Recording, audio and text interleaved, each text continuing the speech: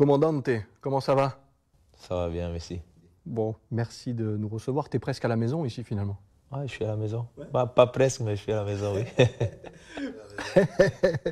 Bon, alors avant de parler de cette saison, de cette fin de saison passionnante qui s'annonce, on va parler un peu de toi, bien sûr.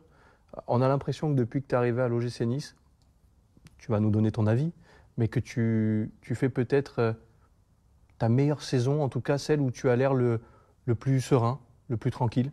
Oui, disons que j'ai beaucoup appris avec ma blessure. Ça m'a donné un temps de réflexion sur mon travail, sur ma façon de travailler, sur le plaisir que je devais l'avoir à chaque entraînement, à chaque moment. Et ça m'a donné aussi l'opportunité de me réinventer, autant que personne, autant que joueur. Et ça m'a fait du bien. Maintenant, je me rends compte que c'était un mal, qu'à la fin, ça nous fait du bien, cette blessure. Et que aujourd'hui, je suis quelqu'un très ouvert, qui a appris beaucoup avec ce moment-là et qu'aujourd'hui, j'ai beaucoup de plaisir à être là et heureusement que j'ai pu aider mon équipe.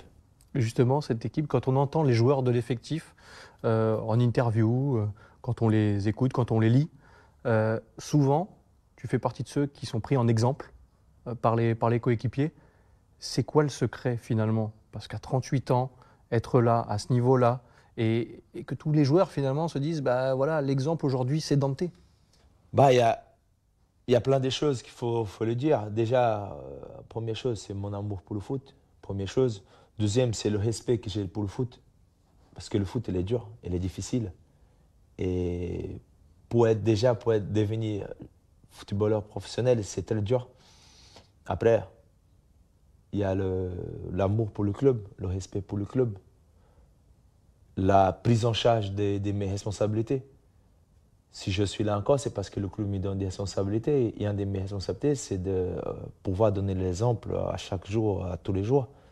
Et ça, il faut le prendre, il faut prendre à cœur, il faut prendre aussi très sérieusement et avec une grande exigence et rigueur. Et c'est ça qui fait que moi, j'aime avoir des grosses responsabilités. Le club m'a fait confiance.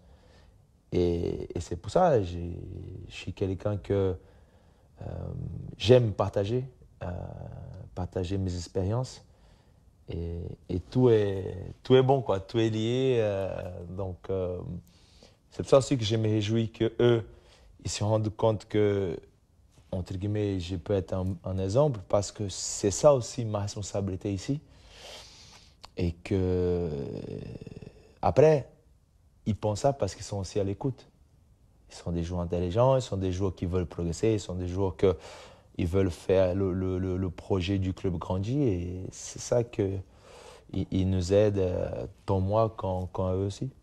Alors justement, ce rôle d'encadrement de ces jeunes, on en parle forcément parce que l'équipe aussi a beaucoup de jeunes aussi dans l'effectif.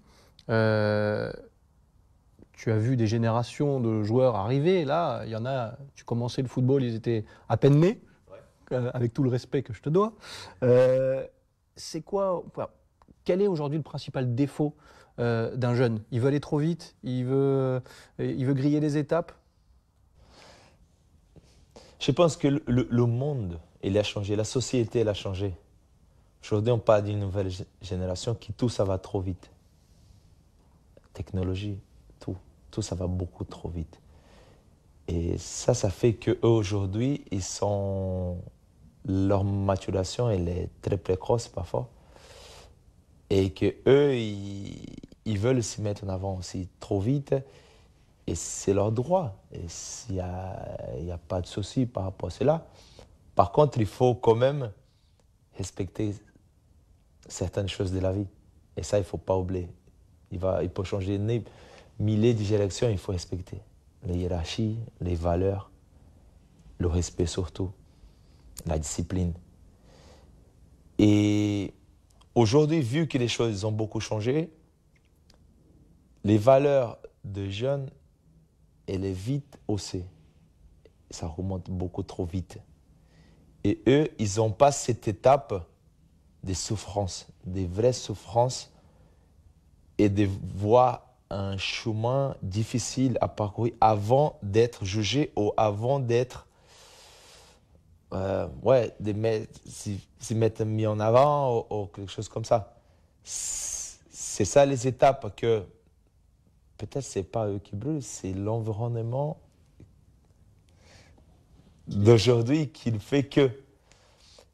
Mais après, il y a certains jeunes qui aussi ils ont gardé un peu la mentalité de l'ancienne génération et c'est comme ça. C'est difficile à trouver une bonne réponse parce que le monde il a changé. La société elle a changé. Mais je pense que le plus important, c'est que pour ça, tous les clubs, il faut qu'ils créent son propre environnement de respect, de discipline, d'esprit de compétiteur. Et que les joueurs ils doivent s'adapter aux valeurs du club. Ça, c'est très important. Après, le club aussi, il est attaché parce qu'il y a des jeunes qui ont une grosse valeur. Et le club, c'est une entreprise. Il faut qu'ils vivent. Facilité. Il y a des rentrées, il y a des sorties, il y a des rentrées. Donc tout ça, il faut prendre en compte. Par contre, je pense que c'est très important que les clubs ils créent leur propre environnement, leur propre domaine. Et que les joueurs qui rentrent et qui sortent, ils le respectent à 100%. On a souvent dit ces dernières saisons, et encore un petit peu cette année, que l'effectif d'OGC Nice était un peu jeune, justement. Mais il est en train d'apprendre aussi de ses erreurs. Pour toi, la jeunesse, c'est une qualité, un défaut, un peu des deux? Pour aujourd'hui, c'est une qualité. Une qualité parce qu'on parle des jeunes au niveau de l'âge, mais au niveau expérience et sportif, on n'est pas si jeune que ça. On n'est pas si jeune que ça. Parce que tu vois de Clivet qui a eu beaucoup d'expérience sportive. Tu as eu Pablo Rosario qui avait il était quand même un joueur assez important pour PSV, une grande équipe. Et tu as d'autres. Tu as Amine qui vient de Lyon. Et tu as Thuram qui est très bien entouré avec son papa, son frère. Tu vois, c'est quelqu'un qui est très ouvert. Donc, tu as JC qui a passé par Barcelone, Schalke, il y a quand même une certaine expérience là-dedans. Hein. Il y a du vécu. Ils ont eu des moments un peu difficiles parfois. Donc, c'est ça qui leur fait grandir. Et aujourd'hui, je pense que le club a très bien misé sur ce type de jeunes-là. C'est que malgré leur âge, ils ont quand même assez d'expérience sportive. Et il y a des relais comme toi sur le terrain. Il y a surtout un coach expérimenté aussi qui a beaucoup prouvé ces dernières saisons, encore un peu plus. Christophe Galtier, on en parle, t'en penses quoi? C'est un grand monsieur, il faut le dire. C'est pas moi qui ai besoin de crier quoi que ce soit, c'est lui, il a montré. Ce qu'il a fait à Saint-Etienne, ce qu'il a fait à Lille, ce qu'il fait avec nous, c'est remarquable. C'est quelqu'un qui a une gestion humaine. Et moi, je connais des très grands entraîneurs. Ça me saute les yeux quand même, la gestion humaine qu'il a. Le contrôle qu'il a par rapport à son modèle de jeu, il sait ce qu'il veut, il sait quand ça ne marche pas, le pourquoi ça ne marche pas en espace de 1 seconde. Donc ça, c'est quand même assez remarquable. Et c'est quelqu'un que... C'est quelqu'un que tu auras le plaisir de travailler avec lui 3, 4, 5 ans. Il y a des entraîneurs que tu veux travailler 2 ans, il faut garder. Mais lui, tu sens que tu peux vivre longtemps avec lui. Et ça, je pense que c'est quelque chose en lui qui c'est une grande force. Parce que c'est quelqu'un qui est vraiment... il a beaucoup je sais pas comment dire, habilité, de qualités intrinsèques pour créer un projet, pour mener un projet en moyen long terme. Donc c'était l'homme qu'il fallait à l'OGC Nice. Oui. Oui, il est en train de montrer de toute façon. Donc voilà, on est sûr à 100% de ça. On avait besoin de quelqu'un avec une expérience pour mener un projet, avec des jeunes joueurs et avec un tel rigueur et exigence. Alors c'est un entraîneur qui est réputé pour très bien faire défendre ses équipes. C'est encore prouvé cette année avec l'OGC Nice. Ça t'arrange du coup, vu ton poste? Oui, ça m'arrange, oui. Ouais. Parce que moi, en fait, moi, la première chose, c'est clair que je suis un défenseur, je pense à défendre, mais d'abord, il faut que mon équipe y gagne. Ça, pour moi, c'est très important. Après, les gens, il ne faut pas qu'ils confondent les choses. Ce n'est pas un entraîneur qui est défensif. Il a créé son modèle de jeu, mais il est défensif et son système défensif, il marche dû à la transmission d'une force mentale qu'il fait avec son équipe. C'est pas pareil. Donc il a installé un état d'esprit finalement. Exactement. Un tas d'esprit qui tout le monde est concerné. Donc, à mon avis, enfin, c'est que il a cette grande qualité de faire les attaquants s'apercevoir combien ils sont importants pour le travail défensif pour leurs équipes. Ainsi que les deux ailiers, et comme ça de suite. Donc, c'est quelqu'un, franchement, que son système n'est pas très défensif. Hein. La seule chose, c'est que toute l'équipe, ils ont compris qu'ils doivent défendre. C'est pas pareil. C'est pas pareil. C'est intéressant ce que tu dis parce qu'il y a des critiques sur le jeu ou l'absence de jeu parfois. Tiens, l'OGC Nice, c'est pas spectaculaire. Ton avis là-dessus, parce que tu viens de le dire, c'est pas un entraîneur défensif. Et parfois, on aimerait en voir un petit peu plus. Oui. Tu comprends ça aussi? Oui, je comprends. Après, il y a des entraîneurs qu'il y a d'autres philosophies. Par exemple, il y a des entraîneurs qui disent je m'en fous, je vais préparer mon équipe pour marquer à chaque match marqué. Même si on prend un but, je préfère gagner 2-1, 3-2 que miser sur 1-0. Et lui, il dit non. Lui, non. Je dis, écoute, dès qu'on a 0, on a toujours, jusqu'à la dernière seconde, la possibilité de gagner un match.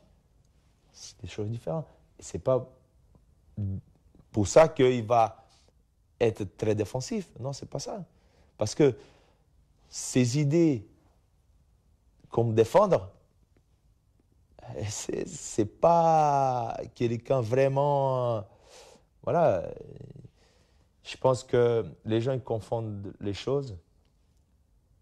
Les gens confondent les choses et que son système, encore une fois, peut-être les gens ils veulent voir plus de spectacles, mais voir son équipe travailler comme travaille, son ballon, et que tout le monde il travaille bien, et après dès la récupération du ballon, ils sortent, ils savent où ils veulent aller, comme ils veulent aller, pour moi c'est aussi du spectacle. Hein. La saison se passe plutôt bien, voire même très bien. Nice est toujours là, à l'affût. Si on parle un peu de la Ligue 1, ça veut dire que Paris est forcément un petit peu au-dessus en Ligue 1 et que derrière, on a l'impression que tout le monde se vaut finalement. Vous êtes bien placé pour le savoir puisque l'OGC Nice a pu battre certaines équipes de grosses cylindrées parfois, s'incliner contre des supposées équipes plus faibles. On a l'impression que tout le monde se vaut en Ligue 1. Oui, bien sûr. On le sent qu'il y a beaucoup d'équipes qui sont là, qui sont équilibrées. Des équipes qui jouent des bonnes saisons et maintenant c'est à nous dans cette sprint finale là vraiment continuer à suivre notre modèle de jeu, respecter les consignes du coach et en même temps toujours s'autocritiquer pour pouvoir améliorer des choses que l'équipe a besoin pour pouvoir faire la différence à la fin. Bon, ça fait quelques minutes qu'on parle. J'ai pas sorti de carton rouge. Ah. C'est pas mal. Bah, c'est pas mal. C'est rare en ce moment. Très bien. En ce moment, c'est rare. Hein. Donc déjà, je suis content. On voulait le prendre avec le sourire parce que c'est pas une situation que tu as dû vivre beaucoup, de prendre 2 cartons rouges très rapprochés. Tu n'es pas réputé pour être un joueur violent, méchant. Alors il y a des circonstances qui font que. Mais c'est une période un peu particulière aussi pour toi à vivre là. Ouais, bien sûr. Bien sûr. Depuis que je suis à l'OGC Nice, j'ai pris qu'un carton rouge. Avant ces deux-là et voilà, mais ça arrive. C'était un moment où malheureusement, j'ai eu 2 jugements des arbitres qui nous a un peu punis. À mon avis, ils étaient un peu malheureux dans leur décision. Ça tombait 2 fois sur moi. Ils pouvaient tomber une fois sur moi, une fois sur l'autre. Mais c'est comme ça. Et voilà, cette pause aussi, ça me fait réfléchir. Il faut vraiment que On soit très attentif dans tout ce qui va se passer dans les prochains matchs pour ne pas laisser nos coéquipiers à 10. Parce que malgré qu'on ne perdait pas, mais ça fait quand même une grosse débauche d'énergie et il va falloir que soit plus conscient, plus intelligent dans certaines choses. Mais bon, après, tu es un défenseur. Si tu ne peux pas aller en contact, c'est un peu compliqué. Ça peut souder aussi, de se dire, tiens, on a l'impression, je dis l'impression parce que c'est toujours des sujets délicats à aborder, de se dire, on a l'impression que tout est contre nous, qu'on ne va pas nous aider, en tout cas. Ça peut aussi créer un espèce de moteur finalement pour le groupe. Bien sûr. On s'en sert de ça? Oui, oui. On s'est dit, on n'aura pas de cadeau. Si on veut gagner, si on veut arriver à nos objectifs, il va falloir faire plus, il va falloir vraiment mettre toutes les chances, tous les ingrédients sur nos côtés. Et voilà, on avait vu aussi le dernier match. Si j'ai 2 rouges et j'ai encore un penalty décisif contre moi et le penalty sur Andy Delors, il n'est pas sifflé, là on a un problème. On a un gros problème même. Et là, ça pèse après à la fin. Donc ça, c'est comme vous avez dit, ça doit nous servir comme exemple. Et là, dire, voilà, 9 matchs, 9 batailles, 9 finales. Il va falloir qu'on soit vraiment précis, qu'on soit vraiment discipliné et vraiment concentré sur notre tâche.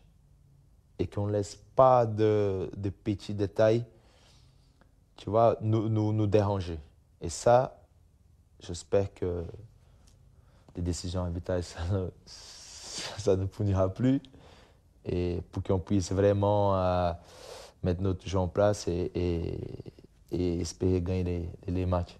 Et se mêler à la lutte, parce que la lutte, elle existe encore, et l'OGC Nice est toujours très bien placé dans cette lutte à l'Europe. L'objectif, entre vous, pas celui des caméras, celui du vestiaire, c'est d'aller chercher quoi cette année? Le plus haut possible. Le plus haut possible. Ah oui, le plus haut possible. Parce que même, on ne sait jamais. Hein. Si dans 5 journées, Paris perd les 5 matchs et on arrive, on est prêt, bah, il faut espérer d'autres choses. Donc voilà, il faut espérer le maximum. Je pense que, comme je dis, quand tu prends 9 derniers matchs comme 9 finales, c'est-à-dire tu joues ton match, ta finale, et puis voilà, tu ne regardes pas à gauche, à droite. C'est ça le plus important. Puis qu'à la fin, pour qu'on puisse atteindre nos objectifs, ça ne dépendra que de nous. C'est ça la vérité. Et parler d'Europe à Nice, ben forcément ça fait rêver, ça fait du bien aussi. Justement, ton regard sur l'OGC Nice d'aujourd'hui par rapport à celui que tu as connu à ton arrivée, qu'est-ce qui a changé finalement? Beaucoup, voire presque tout. Dès le centre d'entraînement, j'ai connu l'ancien. Aujourd'hui, on a un centre d'entraînement égal à des équipes qui sont en Champions League, égal à des grands clubs. Et les ambitions du club, les joueurs qui passent par ici, les responsabilités, les ambitions. Mais on sait tous que, malgré que je suis là, c'est ma 6e année, il y a toujours des hauts et des bas. Et je parlais à certains gens du club, je dis tout ça, ça fait partie du processus où on veut arriver. C'est normal de vivre des saisons très décevantes. Très décevantes, on peut dire, par rapport à la saison dernière, malheureusement. Parce que je pense que les joueurs qu'on avait, on n'était pas à notre place. Et aujourd'hui, je vois un club très bien structuré. Ils savent où ils veulent aller. Ils gardent les pieds sur terre.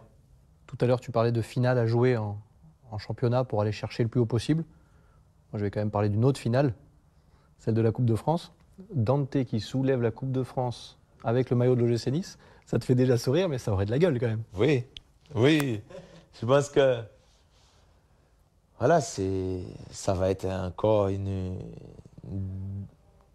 belle partie de l'histoire de mon passage ici et ça me fait un très très grand plaisir. Moi, c'est quelque chose que je tiens à cœur, que c'est un grand objectif, oui, avant de finir ma carrière, pouvoir remporter un titre avec le club. Et voilà, on a tous cette opportunité. J'espère vraiment qu'on la prépare bien, qu'on de la meilleure manière possible et qu'on puisse la remporter parce que y a pas, je pense pas que moi, mais il y a des gens qui sont au club, ça fait longtemps. Il y a des supporters que ça fait longtemps. Peut-être il y a quelques-uns qui ont vu la dernière coupe, c'est levé par Fred Joria. Et peut-être ils attendent ça depuis longtemps. C'est le moment de leur donner ça et j'espère que tous les joueurs soient conscients de ça. Sur une finale, on a l'habitude de dire que c'est du 50-50. C'est encore plus le cas cette année là, face à Nantes? Toujours. Il faut toujours prendre comme ça. Toujours prendre comme ça parce que le 50-50, disons que tu as le 50 pour toi que ça te donne la confiance et tu as le 50 qui n'est pas pour toi, que ça te donne un peu de méfiance et ça te fait alerter, ça te fait déclencher cet esprit de vigilance, d'attention, de concentration. Il y a les 50 qu'on n'a pas encore. Bon, ça serait bien de poursuivre l'histoire avec ce trophée, parce que l'histoire elle va se poursuivre. Tu as prolongé récemment. Pourquoi? Ben, je vais prolonger. Pourquoi je vais prolonger? Bah écoute, je pense que déjà, encore une fois, moi, c'est un grand plaisir d'être sur le terrain, d'être au club. Et après, j'espère vraiment qu'on puisse continuer ce chemin le plus longtemps possible. Après, je ne vais pas exagérer, ne vous inquiétez pas. Vous pouvez pas. Je dis à les gens, ne vous inquiétez pas que je ne vais pas exagérer. Hein. Je ne vais pas jouer jusqu'à 45 ans, ne vous inquiétez pas. 40, c'est pas mal. C'est bien. À ce niveau-là. C'est une bonne chiffre. 40, 41, c'est un bon chiffre. Déjà, tu commences à grappiller une année supplémentaire. Il faut vraiment prendre année par année. Et c'est le corps après qui dictera? Ouais, éditera et aussi, après, c'est le coach aussi décider, c'est les gens, parce qu'il faut les respecter aussi les décisions. À un moment donné, il faut prendre des décisions. Mais ça, il n'y aura pas de problème. On est des gens très humbles et clairs. Et il faut respecter quand même les ambitions du club. Bon, avant de terminer, j'allais dire l'après-foot, non, l'après-terrain. Il sera foot, il sera à Nice. C'est à terrain. Après terrain, c'est terrain. Toujours. Terrain, oui. Ah ouais, c'est... Moi, ça fait 3 ans que j'ai passé mes diplômes hein, pour devenir entraîneur. Après, ça m'a permis aussi de voir différemment les entraînements, d'être plus attentif au comportement du coach, qu'est-ce qu'il fait dans la situation, et aussi ma communication avec mes collègues. Parce que parfois, tu parles en tes jours, parfois, il y a des gros mots qui sortent vite fait. Aujourd'hui, je les parle beaucoup moins. J'arrive à être un peu plus à l'écart et voir la situation de l'extérieur. Prendre du recul. Prendre du recul. Comprendre aussi que avant, moi je dis mais comment ils ne comprennent pas ça? C'est pas possible. Et maintenant aujourd'hui, j'ai pas le temps d'expliquer peut-être. Et je sais déjà que ça va venir une question. Pourquoi?